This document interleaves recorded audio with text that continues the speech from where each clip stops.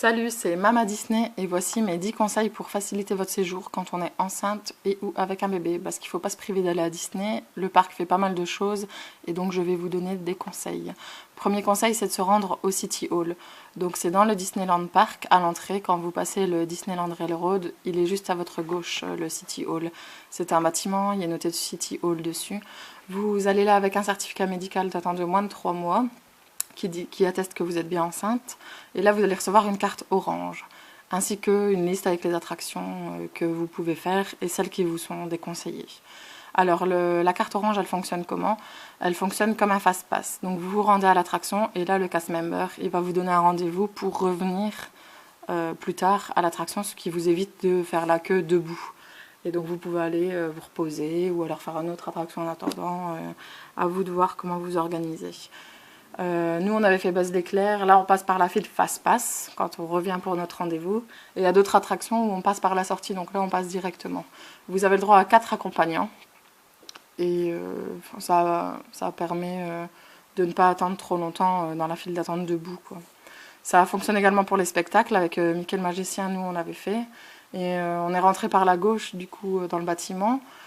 Et on se retrouve directement devant la scène, et donc avec mon fils on était juste devant, avec mon mari, et on était super contents, c'était un magnifique spectacle. Conseil numéro 2, le Baby Care Center, il y en a 2, c'est également noté dessus.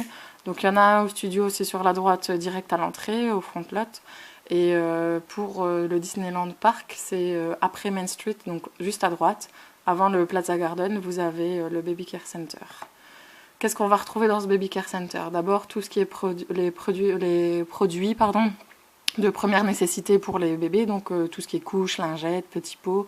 Forcément, c'est un peu plus cher parce que c'est au sein du parc, mais ça permet de dépanner si jamais on oublie quelque chose. Donc c'est intéressant de savoir que ça se situe là. En deuxième chose qu'on retrouve, il y a des micro-ondes. Donc si on veut donner à manger à bébé en étant un peu plus calme, c'est là qu'on peut le faire. On a également une petite salle pour pouvoir donner à manger et pour les mamans qui souhaitent allaiter, c'est des pièces qui sont un petit peu à l'écart, donc ça permet d'allaiter un peu tranquille si on ne va pas en même temps que tout le monde. Et il y a des toilettes avec un grand plan allongé, donc ça, on peut changer bébé au calme. À côté, donc juste avant, c'est au même endroit, quand vous rentrez dans le Baby Care Center, on a le conseil numéro 3, c'est le rendez-vous des enfants perdus. Donc si malheureusement on se sépare et on ne se retrouve pas, ben, les cast members qui retrouvent les enfants doivent les ramener au coin des enfants perdus. Et pour l'anecdote, moi c'est pas un de mes enfants que j'ai perdu, c'est mon mari, et donc on ne s'était pas donné de rendez-vous. D'habitude on le fait tout le temps, ici on ne s'était pas donné de rendez-vous, et donc on a pensé tous les deux à se dire bah, on va aller au rendez-vous des enfants perdus, et on s'est retrouvés. Donc heureusement qu'on s'était dit la même chose. Conseil numéro 4, c'est d'utiliser les single riders et le baby switch. Single rider, donc comme son nom l'indique, c'est une file où on est seul, donc on va faire l'attraction seul. Ça marche pour Ratatouille, pour Hyper Sparks Mountain, il y a plusieurs attractions qui le font. C'est super intéressant. Donc moi je vais avec mon mari et mes 2 enfants, donc mon fils a 4 ans et ma fille elle a 10 mois maintenant. Quand on a été, elle avait 2 mois et demi.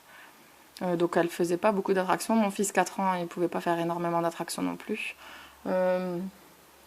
Donc mon mari fait la file single rider ou moi, et quand l'attraction elle est terminée, on sort et on voit le cast member, on lui dit voilà mon mari et ma femme attendent à l'extérieur avec mes enfants et elle voudrait faire l'attraction également.